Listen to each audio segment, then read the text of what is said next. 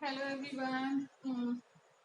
Now after the completion of the unit that is chemical bonding in molecules, now we are our next unit that is the state of matter.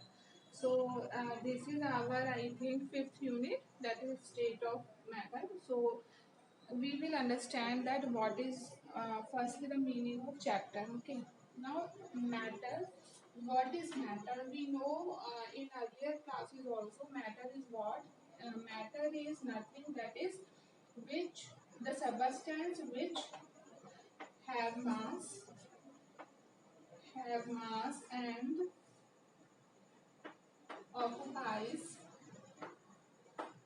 space is called matter. Okay, तो कुछ भी हम अपने आसपास जो भी देखते हैं जिसमें क्या हो, मास हो और जो स्पेस लेता हो उसी को हम क्या बोलेंगे? Matter. As we know there are different states of matter that can be solid, liquid and gas. Okay, these are the three states of the matter, and all these three states are interchangeable, interconvertible. Means by changing the pressure and temperature we can interchange the state of matter. Okay, when we want to liquefy a gas, because gas is gaseous molecules are far away from each other, we cannot see them also, but when we liquefy them, they converted into a form of liquid. So how can we convert it into a liquid? By applying high pressure but low temperature. Okay, because of the low temperature the molecules or atoms will lose their kinetic energy and will easily liquefy. Then when we want to convert liquid in a solid, so what we do, we just freeze it. We will cool down the temperature so they can be converted into solid. Then we want to convert solid into liquid, we will give them heat. So due to the heat energy, the molecules will gain the kinetic energy. Bonds present between them will be break. They will be far away from them, and the state of solid will change into the liquid. Then when we want to change liquid into gas, we will give more temperature, and the liquid will come in a vapor phase. It means what? They form gases. Okay, so these three states of matter are interchangeable.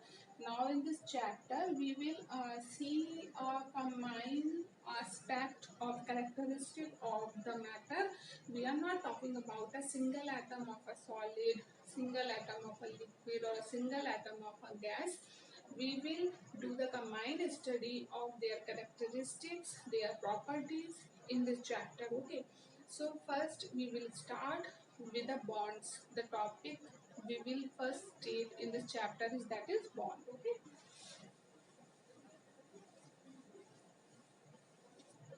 so we know that bonds are of two types, that is covalent bond and ionic bond. Okay, two types of bonds are there, covalent bond and ionic bond. The covalent bond can be formed between HCl, HF, etc. And ionic bond is formed like this. Okay, in ionic bond charges are on them on an atom, and in covalent bond the sharing of electrons takes place. Okay, now we will go for the covalent bonding in this chapter, right? Now besides the covalent bonding, there are some other forces also which used to bound the atoms together. ऐसे और भी forces हैं जो atoms को पास पास रखते हैं. तो इस बारे में सबसे पहले जिन्होंने पता लगाया था वो हमारे साइंटिस्ट थे वॉन द वॉल. वॉन्डरवॉल जो साइंटिस्ट थे, इन्होंने ही उन फोर्सेस को डिस्कवर किया था जो इन दो पर्टिकुलर बॉन्डिंग के अलावा भी एग्जिस्ट करते हैं एटम्स के बीच में। इसीलिए इन फोर्सेस को वॉन्डरवॉल फोर्सेस के नाम से जाना जाता है। ओके, हम इनको किसके नाम से जानते हैं? वॉन्डरवॉल फोर्सेस के नाम से जानते हैं। There are different type of van der Waals forces.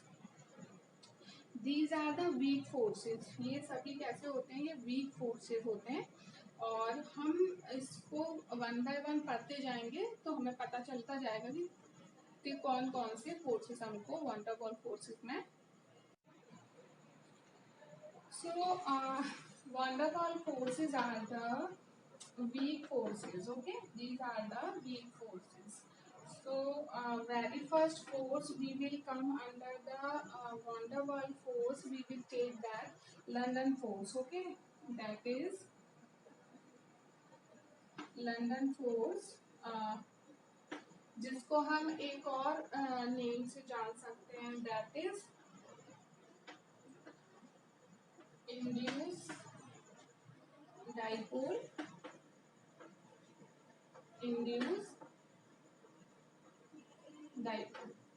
Okay force.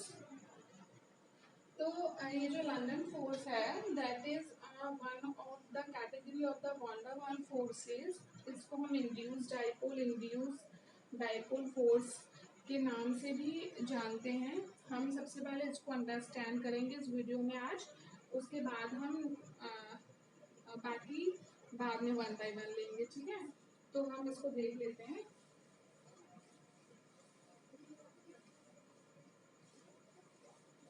Okay, तो सबसे पहले हम इसको जानने से पहले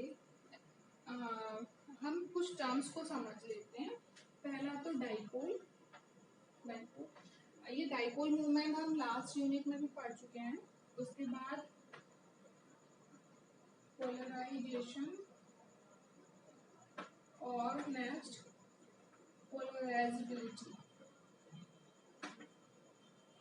ओके, पहले हम इन टर्म्स को समझ लेते हैं, उसके बाद हम इस फोर्स को समझेंगे। ठीक है, तो डाइपोल क्या आता है? Dipole movement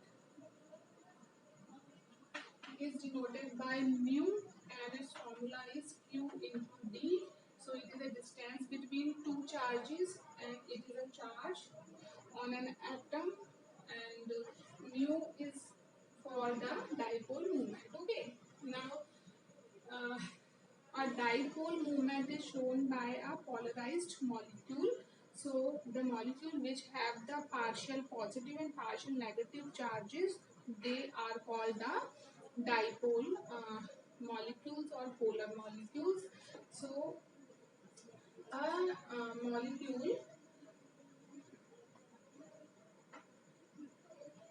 which is polar, okay, the value of dipole moment will not equal to 0 for it, and for known polar molecule,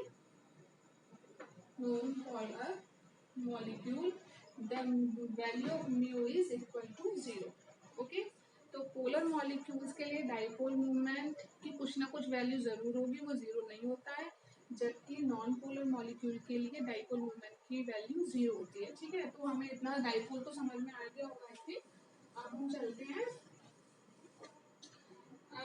suppose हमारे पास दो एटम्स हैं, ए एंड बी। ओके, अब इसका भी अपना इलेक्ट्रॉन क्लाउड है और इसका भी अपना इलेक्ट्रॉन क्लाउड है। ओके, लेकिन ये वाला एटम ज्यादा इलेक्ट्रोनेगेटिव है in comparison to the A. Then what will happen, ये मॉलिक्यूल इसके इलेक्ट्रॉन क्लाउड को अपनी तरफ अट्रैक्ट करने की कोशिश करेगा। ठीक है, तो क्या हो जाएगा, ये ए है और इसका इलेक्ट्रॉन क्लाउड थोड़ा सा बी की तरफ जाएगा और ये बी इसको क्या कर लेगा, अपनी तरफ अट्रैक्ट कर लेगा। यानी ये सिमेट्रिकल इनकी शेप से ये असिमेट्रिकल हो जाएगा और ये किस तरफ चला जाएगा, बी की तरफ चला जाएगा। तो बी जो है ये कौन हुआ, ये हमारा पोलराइजेशन शो कर रहा है और ये वाला मॉलिक्यूल जो है वो पोलराइजेबिलिटी शो कर रहा है। तो जितनी पोलराइजेबिलिटी कोई भी एटम शो करता है उतना ही स्ट्रॉन्ग फोर्स उन दोनों के बीच में लगता है। ठीक है, तो ये जो फोर्स इन दोनों मॉलिक्यूल्स के बीच में, एटम्स के बीच में काम कर रहा है, इसी फोर्स को हम क्या बोलते हैं? लंदन फोर्स बोलते हैं। It is called London force. Okay, the force acting between these two atoms is called the London force, right? तो हम आगे एक, ये हमें टर्म समझ में आ गई होंगी आई थिंक। अब हम देखते हैं, सपोज हमारे पास ये हीलियम के दो एटम्स हैं, ओके, और यहाँ पर इनका न्यूक्लियस है दोनों एटम्स का, ये हमारा हीलियम है दोनों, राइट। इनके इलेक्ट्रॉन जो हैं वो इस तरीके से मूव कर रहे हैं और इस कंडीशन में ये दोनों कैसे हैं? ये दोनों सिमेट्रिकल हैं, ओके, सिमेट्रिकल, राइट। अब क्या होगा, ये इलेक्ट्रॉन जब रोटेशन करते हुए एक तरफ आ जाएंगे दोनों इस मॉलिक्यूल, इस वाले एटम के, तो ये तो न्यूक्लियस और इसके दोनों इलेक्ट्रॉन मूव करते हुए एक जगह आ गए, तो यानी इसका नेगेटिव चार्ज एक तरफ हो गया और पॉजिटिव एक तरफ हो गया। अब ये एटम क्या करेगा, इस वाले एटम के इलेक्ट्रॉन्स को अपनी तरफ अट्रैक्ट करने की कोशिश करेगा। ये तो इसका पॉजिटिव चार्ज हो गया। अब ये न्यूक्लियस जब ये रोटेट करेंगे, ऐसे रोटेट करेंगे, और जब इस न्यूक्लियस से कांटेक्ट में आएंगे तो ये क्या करेगा, इनको अपनी तरफ अट्रैक्ट करेगा। ठीक है, ये अट्रैक्शन हो जाएगा। तो इसका भी जो सिमेट्रिकल जो शेप है वो कैसी हो जाएगी, अब असिमेट्रिकल हो जाएगी। तो इट विल लुक लाइक, ये दोनों इलेक्ट्रॉन इसके और ये पॉजिटिव चार्ज और ये दोनों इलेक्ट्रॉन इसके, ठीक है। तो इन दोनों के बीच में एक फोर्स काम करना स्टार्ट हो गया। तो अभी ये क्या था, ये दोनों मॉलिक्यूल्स थे नॉन पोलर, कैसे थे, नॉन पोलर, लेकिन इस वाले मॉलिक्यूल ने इंड्यूस किया अपने अंदर डाइपोल मूवमेंट को और इसने पोलराइजेशन शो किया। इसके अंदर डाइपोल मूवमेंट आने से, पोलराइजेशन आने से, इस वाले एटम में भी क्या हुआ, डाइपोल मूवमेंट अराइज हो गया, पोलराइजेशन आ गया, जिसकी वजह से इन दोनों की जो ये शेप है ये असिमेट्रिकल हो गई। ठीक है, तो इन इस फोर्सेस को, क्योंकि इसमें इंड्यूस हुआ डाइपोल मूवमेंट, तो इसने इसमें भी कराया, तो इसलिए हम इस फोर्स को क्या कहते हैं, इंड्यूस डाइपोल फोर्सेस। क्योंकि ये दोनों में पहले नहीं था, ये नॉन पोलर थे, लेकिन इंड्यूस करने की वजह से ये पोलर हुए, तब इनमें ये फोर्स काम करना शुरू हुआ, और इसी को हम क्या बोलते हैं, induce dipole, induce dipole, right. अब इसका जो इंटरेक्शन एनर्जी है दोनों एटम की, इंटरेक्शन एनर्जी ये किस इंटेंसिटी से एनर्जी लेकर पास आ रहे हैं, वो इनवर्सली प्रोपोर्शनल होती है 1/r⁶,